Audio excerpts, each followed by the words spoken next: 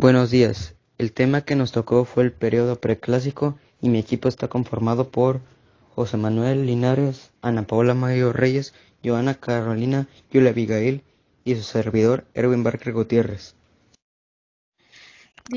Bueno, en el periodo preclásico 2000 a.C. a 250 después de Cristo se habían dado los primeros vestigios del pueblo maya y sus primeros asentamientos a lo largo de la franja del Pacífico y luego del Atlántico.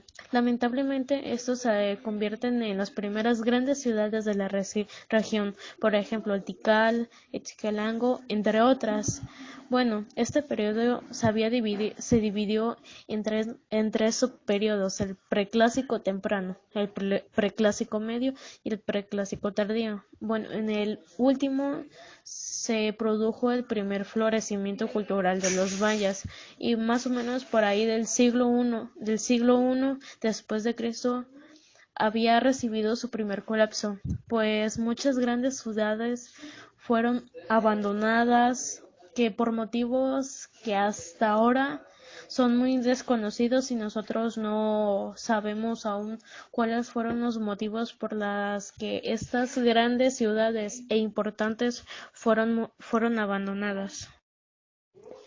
Bueno, los antecedentes de la historia de la civilización maya se dividen en tres periodos muy importantes y principales: el preclásico, el clásico y el posclásico. Estos fueron precedidos por el periodo arcaico, en el que pues establecieron los primeros asentamientos humanos, y pues los estudios modernos consideran estos periodos con divisiones arbitrarias de la cronología maya. La economía de los olmecas estaba basada en las siembras del campo y en el comercio. Intercambiaban productos como el maíz, cacao, calabaza y hule. Este último, sobre todo, era cambiado por materiales preciosos, como la jadeita, con la que se elaboraban diferentes adornos ornamentales, tanto deidades como gobernantes. Además de que estos formaban parte de su dieta, también se incluían la carne de pescado, tortugas, venados y perros domésticos. El comercio se basó en lugares apartados como Guerrero, el Valle de México, Oaxaca y en la zona maya. Los olmecas llevaban y traían diferentes mercancías para intercambiar con los grupos mesoamericanos, entre ellos el hule de Tabasco y Veracruz. Obtenían buenas cosechas en los márgenes de los ríos. Además, practicaban la caza, la pesca y la recolección, por la ubicación de esta cultura, la cual era muy húmeda y llena de pantanos. Era muy favorable para la agricultura, ya que las lluvias abundantes permitían la crecida de los ríos, de los cuales fertilizaban las tierras.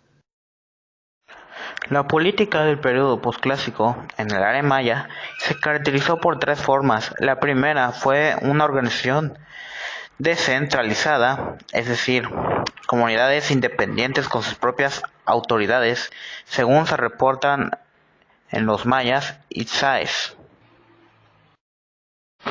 La segunda forma consistió en un gobierno que compartió por dos gobernantes, como se reportan en Ixinche y Umar Cash. Los nombres de estos gobernantes fueron Apotzotzil y Apotzail. La política zapoteca tenía una especie de espíritu dual, existiendo para una parte del gobierno del rey y por otro gobierno realizado por los sacerdotes, los cuales protegían en cierta manera al rey. El gobierno totonaca estaba encabezado por un señor que dependía de los gobernantes de otros poblados. También tomaron papeles importantes los sacerdotes, quienes se encabezaron del culto de sus dioses. Además, llevaban los registros de observaciones astronómicas y calendarias, además de distinguir las ceremonias de la fiesta y los sacrificios humanos. Buen día, mi nombre es Joana Carolina Hernández Vargas y hablaré acerca de distintas características culturales de variadas culturas preclásicas, siendo estas los olmecas, los teotihuacanos, aztecas y zapotecas. Iniciando por los olmecas, el arte de los anteriormente mencionados incluía una variedad de materiales, como el jade, la arcilla, el basalto o piedra volcánica, que fueron tallados creando figuras de criaturas antropomórficas, o sea, de apariencia humana, con labios gruesos y comisuras hacia abajo, nariz chata, ojos con forma de almendras y mejillas carnosas. El aporte más significativo que dejó la cultura olmeca está conformado por las colosales cabezas talladas en rocas de basalto de unas 20 toneladas. Estas esculturas datan de antes del 900 a.C. y hasta ahora se han encontrado unas 17 figuras. Ninguna cabeza es igual a la otra, cada una cuenta con un tocado único, por lo que sugiere que representan a individuos específicos.